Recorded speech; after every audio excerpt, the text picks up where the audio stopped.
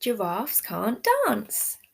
Gerald was a tall giraffe whose neck was long and thin, but his knees were awfully bandy and his legs were rather thin.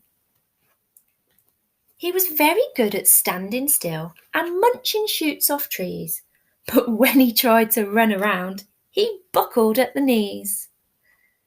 Now, every year in Africa, they hold the jungle dance, where every single animal turns up to skip and prance. And this year, when the day arrived, poor Gerald felt so sad because when it came to dancing, he was really very bad. The warthogs started waltzing, and the rhinos rock and rolled. The lions danced a tango, which was elegant and bold. The chimps all did a cha-cha with a very Latin feel, and 8 baboons they teamed up for a splendid Scottish reel. Gerald swallowed bravely as he walked towards the floor, but the lions saw him coming, and they soon began to roar. "Hey, look at clumsy Gerald," all the animals laughed. "Giraffes can't dance, you silly fool. Oh, Gerald, don't be daft." Gerald simply froze up. He was rooted to the spot. "They're right," he thought. "I'm useless. Oh, I feel like such a clot."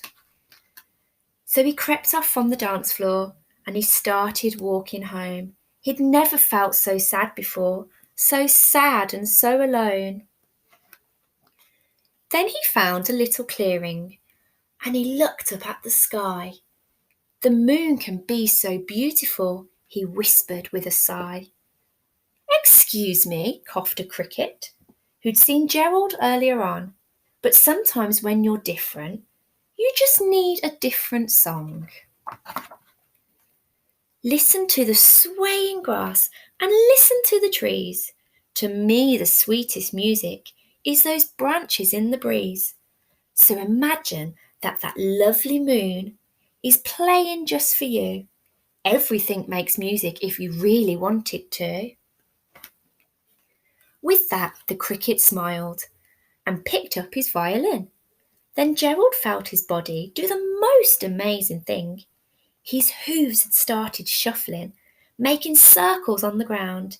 His neck was gently swaying and his tail was swishing around. He threw his arms out sideways and he swung them everywhere. Then he did a backward somersault and leapt up in the air. Gerald felt so wonderful. His mouth was open wide.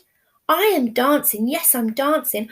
I'm dancing," Gerald cried. Then one by one, each animal who'd been there at the dance arrived when Gerald boogied on and watched him quite entranced. They shouted, "It's a miracle! We must be in a dream. Gerald's the best dancer that we've ever seen. How is it you can dance like that? Please, Gerald, tell us how." But Gerald simply twizzled round and finished with a bow. Then he raised his head and looked up at the moon and stars above. "We all can dance," he said, "when we find music that we love."